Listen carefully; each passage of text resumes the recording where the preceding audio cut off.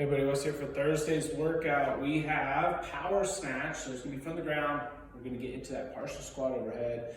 It's gonna be on an EMOM, so the weight's gonna have to be pretty light, so we will stick with that throughout the EMOM. Then we have a workout with back squats and ab mat sit-ups. You will have some mobility work at the end of the day with your coach.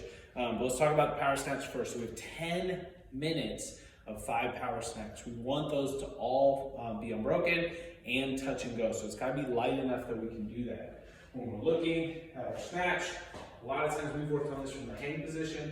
So if we're coming from the ground, make sure your body's set first.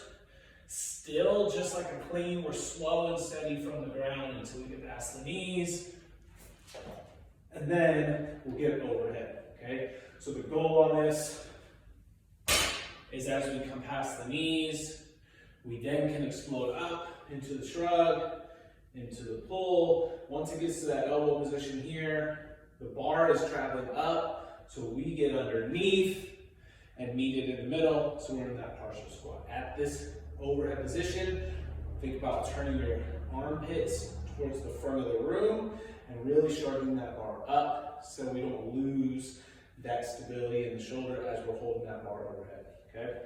So as they go touch and go, I'm going to show you how we'd like to see the bar come down. We want to make sure it makes contact with the body and not just falling forward in front of us.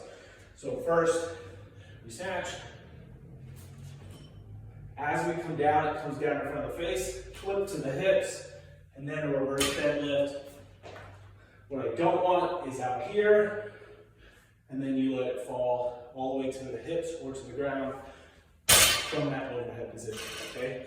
So really work on that form. It's really important though, not just how we get the bar up, but how we get the bar back down.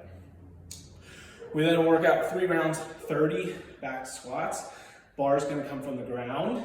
Okay, so it's gonna be light enough that we can clean it, get overhead. So I'll show you that. You could either snatch and get it onto the back, or clean and get it over the head, which is what most will do, and then followed by 50 ab mat sit-ups. So you will have 150 total sit-ups by the end of this, okay? First on the back squat, if we're gonna clean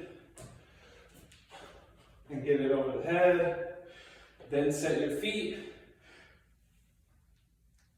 into your back squat, okay? On the way back over, press, take your time on this. This is not the part of the movement that you need to rush. Once you finish your 30, the goal there would be pick a weight that we can, maybe we have to pause with it on our rack, but we're not having to take it off and get it back up because this can be a lot of work. So 30 basically unbroken without having to set that bar down. We then go to our sit-ups. This is gonna be, yes, if you're really good at sit-ups, you're gonna wanna fly on these, but you probably are gonna wanna take a little time so you can recover for the back squats. So lying down, you can have your feet flat and swing those arms, or you can go butterfly.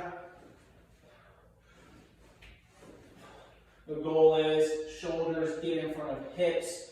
Okay, so if we're not coming far enough forward, we're not getting that full range of motion with that core. So let's work on that when we get to the sit-ups. 3 rounds is a lot of reps, 30 back squats, 50 ab mat sit-ups. You got it. Get better at the snatches and the strength. We'll see you tomorrow.